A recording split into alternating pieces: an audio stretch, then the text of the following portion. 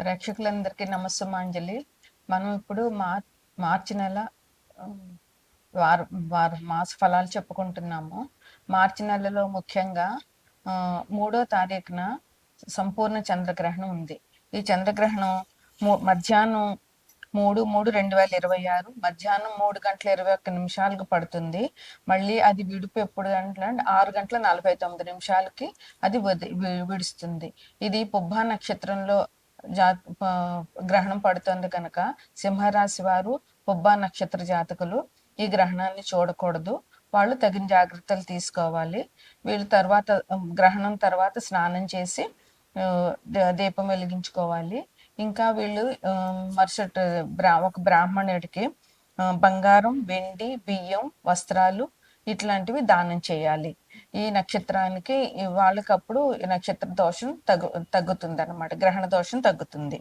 ఇక ఈ నెలలో ముఖ్యంగా 19వ తారీఖున ఉగాది పండుగ వచ్చింది.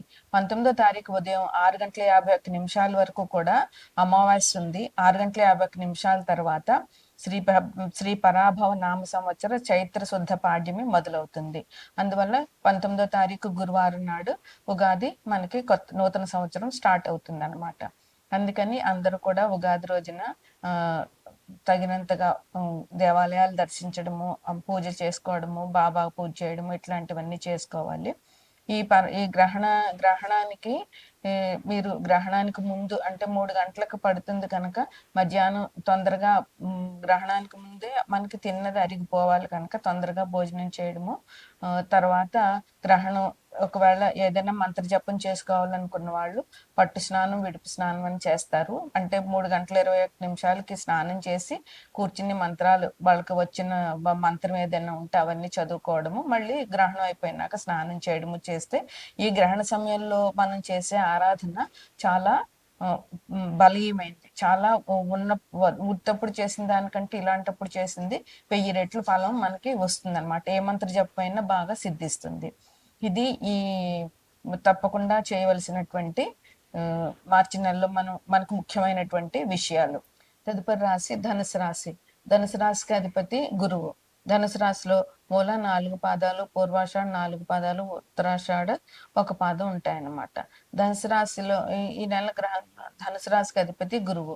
ఈ ధనుసు రాశిలో లగ్నంగా చేసుకుంటే కనుక 3వ ఇంట్లో రాహువు, కుజుడు, శుక్రుడు, బుధుడు, రవి ఉన్నారు. 4వ ఇంట్లో శని ఉన్నారు. 7వ ఇంట్లో గురువు ఉన్నారు. 9వ ఇంట్లో కేతు ఉన్నారు. అయితే 7వ ఇంట్లో గురువు సప్తమ దృష్టి ఈ రాశి మీద పడుతుంది కనుక గురువు దృష్టి మూలంగా ఈ రాశి వాళ్ళకి వచ్చేటటువంటి ఇబ్బందుల్ని ఆ గురువు తొలగిస్తారనమాట. అందువల్ల ఈ రాశి వారికి అంత పెద్దగా కష్టం ఏమి ఉండదు. మీరు మంచి ఆస్తిపాస్తులు ఈ నెలలో మీరు కూడబెట్టగలుగుతారు. ఇంకోటి ఏంటంటే సంఘంలో మీకు గౌరవం కూడా బాగా పెరుగుతుంది అనమాట. గురు దృష్టి అంటేనే చాలా మంచిది. సంఘంలో మీకు గౌరవం పెరుగుతుంది. ఇంకా ఉద్యోగాలకు అప్లై చేసుకుంటున్న వాళ్ళు, కొత్తగా ఉద్యోగాలకి ప్రయత్నిస్తున్న వాళ్ళకి చాలా బాగుంది. మీరు ఎవరితోనైనా రికమెండేషన్ ద్వారా ఉద్యోగం సంపాదించుకోవాలని అనుకుంటే కనుక దానివల్ల మీకు ఉద్యోగం వచ్చే అవకాశం కూడా చాలా ఉంది. ఇంకా డబ్బు బాగా వస్తుంది. ఏ ఏ సోర్సెస్ నుంచి మీకు డబ్బు రావాలని అనుకుంటున్నారో ఆ సోర్సెస్ నుంచి మీకు డబ్బులు వస్తాయి. అందువల్ల ఇబ్బంది లేదు. విద్యార్థులకి కష్టకాలం, శ్రమ పడేటటువంటి కాలం అయినా కూడా మంచి ఫలితాలు ఉంటాయి అన్నమాట. ఇంకా స్వల్పమైన అనారోగ్యాలు తప్పకుండా ఉంటాయి. అది పెద్ద పట్టించుకోనక్కర్లేదు. చిన్న చిన్న మనస్పర్ధలు కూడా మీకు వస్తాయన్నమాట. ఇంకా ఇంకోటి ఏంటంటే 4వ ఇంట్లో శని మూలంగా కొంచెం ఇబ్బందులు ఉంటాయి. 4వ ఇల్లు ఎప్పుడు మనకి ఏంటంటే సుఖం, సౌఖ్యం చూపిస్తుంది. కానీ శని వల్ల మీకు ఆ సుఖ సౌఖ్యాలు తక్కువ అవుతాయి అన్నమాట. మనసులో ఒత్తిడి, ఆందోళన తప్పకుండా ఉంటాయి. ఇంక ఇంట్లో తల్లి ఆరోగ్యం కొంచెం ఇబ్బందిగా ఉంటుంది. ఈ శని మూలంగా మానసికంగా హాయిగా ఉండలేకపోతారు. అయితే గురువు వల్ల మద్దతు లభిస్తుంది కనుక కొంచెం మీరు తట్టుకుని నిలబడగలుగుతారనమాట. అందువల్ల మీరు ఏం చేయాలంటే శనివారం నాడు శివాభిషేకం చేయించండి. శనికి తైలాభిషేకం చెయ్యండి. హనుమాన్ చాలీసా పారాయణ చేయండి 11 సార్లు. హనుమంతుడి గుడిలో 11 ప్రదక్షిణాలు చెయ్యండి. ఈ శనివారం నాడు శివాభిషేకం వల్ల మీకు చాలా మంచి జరుగుతుంది. శని వల్ల వచ్చేటటువంటి బాధలన్నీ కూడా తగ్గుతాయి. ఇది ఈ నెల ధనుసు రాశి వారికి ఫలితాలు. తదుపరి రాశి మేనరాశి. మేనరాశికి అధిపతి గురువు. మేనానికి పూర్వభద్ర 4వ పాదము, ఉత్తరాభద్ర 4 పాదాలు, రేవతి 4 పాదాలు ఉంటాయి ఈ ఈ రాశిలో.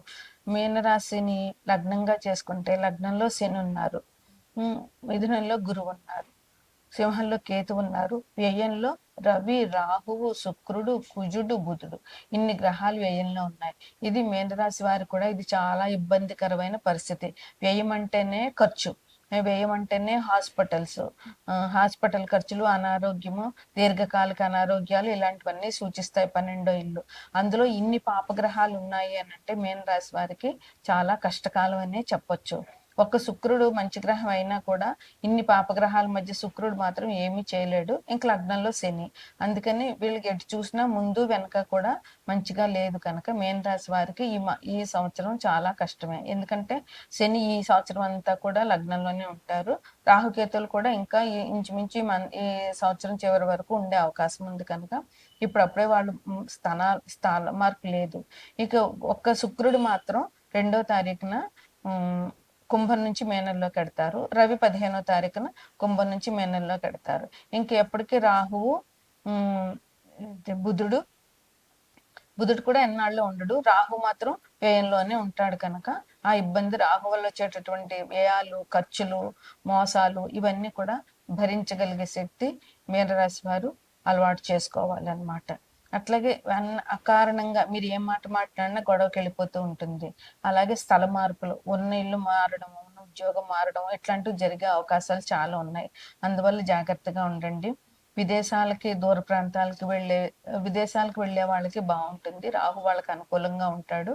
అందువల్ల విదేశాలు వెళ్ళే వాళ్ళకి మాత్రం ఈ నెల చాలా బాగుంది. అటువంటి ప్రయత్నాలు చేసుకోవచ్చు. చోర భయం ఎక్కువగా ఉంది. మీ వస్తువులు పోగొట్టుకోవడము అది జరిగే అవకాశం ఉంది కనుక మీరు చాలా జాగ్రత్తగా ఉండి ప్రయాణాలు చేసేటప్పుడు జాగ్రత్తగా ఉండండి.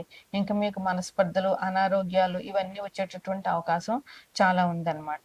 ఇప్పుడు శని మీకు మధ్యలో ఉన్నాడు. ఎందుకంటే కుంభంలో శని ఉన్నా, మేషంలో శని ఉన్నా మేనం వాళ్ళకి తప్పకుండా ఉంటుంది ఇప్పుడు అందులో మధ్యస్థంగా ఉన్నాడు. ఇంకా మీకు శని మీనం నుంచి మేషంకి వెళ్ళినా కూడా మీకు శని బాధ ఉంటుంది. అందువల్ల ఇప్పుడు మధ్యస్థంగా ఉన్నాడు కనుక ఇప్పుడు చాలా ఒత్తిడి తీసుకొస్తాడు మీ మీద. అందుకని ఇది చాలా తీవ్రమైన దశ. శని మధ్యస్థంగా ఉన్నాడంటే అందువల్ల మీరు చాలా ఆర్థిక విషయాల మీదైనా ఇబ్బంది ఉంటాయి, లేదంటే ఆరోగ్యం మీదైనా ఇబ్బంది ఉంటుంది. మీ ఓపికను పరీక్షిస్తాడు, తీవ్రమైన ఒత్తిడి తీసుకొస్తాడు. నిజంగా చెప్పాలంటే మీనరాశి వారికి ఇది చాలా గడ్డు కాలము, పరీక్షా సమయం.